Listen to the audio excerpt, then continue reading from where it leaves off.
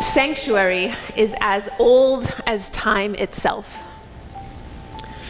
The ancient Hebrew peoples allowed temples and whole cities to declare themselves places of refuge for persons wrongfully accused of a crime, so they would be spared quick persecution, and so that the matter could be resolved when hotter heads had cooled down.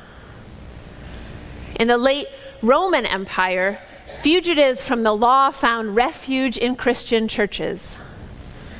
In England, in the medieval period, churches painted their doors red to mark themselves as sanctuaries. And in the United States, many, many slaves stayed in congregations along the way of the Underground Railroad. Sanctuary has always been about providing safe space to those who are the victims of unjust laws and to those who are the victims of the unjust execution of laws. This is because laws are made by human beings, not by God. The Indian Removal Act of 1830 resulted in the Trail of Tears. The Fugitive Slave Act of 1850 made it a crime to help a slave. Jim Crow laws were laws. Unlike math, the law, Scripture, and the Constitution must be interpreted. And sometimes laws need to be changed. It wasn't until 1952 that our laws changed to say that citizenship shall not be denied or abridged because of sex or race. Sometimes our own moral compass demands that we disobey the law of the land and that we create new laws.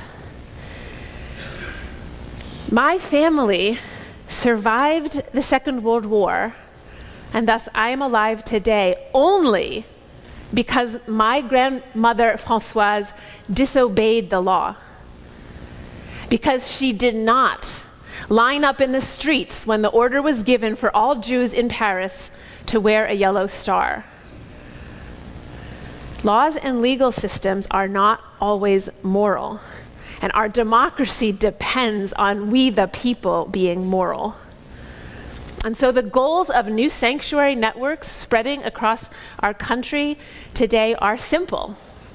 They are to educate people about the history of immigration, to raise awareness about the tremendous contributions of immigrants to our cities and our society and our nation, and to protect the innocent from unjust and dangerous laws as we work together to reform a very outdated and inadequate national immigration system.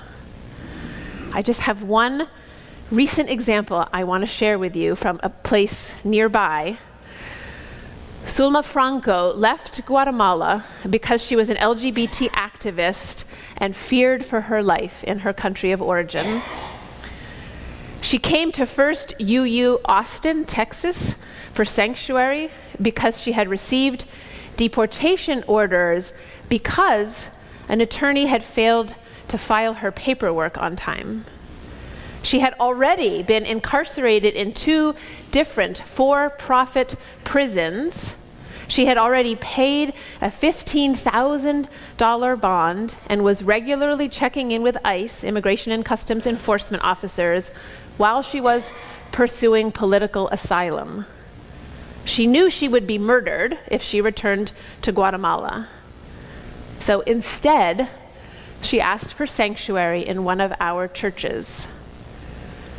Reverend Meg Barnhouse brought the question of her petition to the Board of Trustees. And after a lengthy discussion, a board member asked, "Who will we be if we don't take her in?" She lived inside the church walls for 2 months, after which she won a 2-year stay of deportation. Were they breaking the law? Over the last 40 years, no congregation has been prosecuted for allowing undocumented people to find shelter and safety in their houses of worship. And just 1 week ago, Sulma Franco received approval for permanent residency in the United States, where she continues to be an activist for the human rights of all people. Courage is a gift. I am deeply grateful to be part of a community of religious leaders who are courageous and who are wrestling with these realities, these new and ancient human realities. I need to say thank you this morning to first UU Austin for all the support they've been offering me and offering us right now in these troubled times. Organizers will be coming later in this month to meet with local religious leaders and to lead a Sanctuary in the Streets training.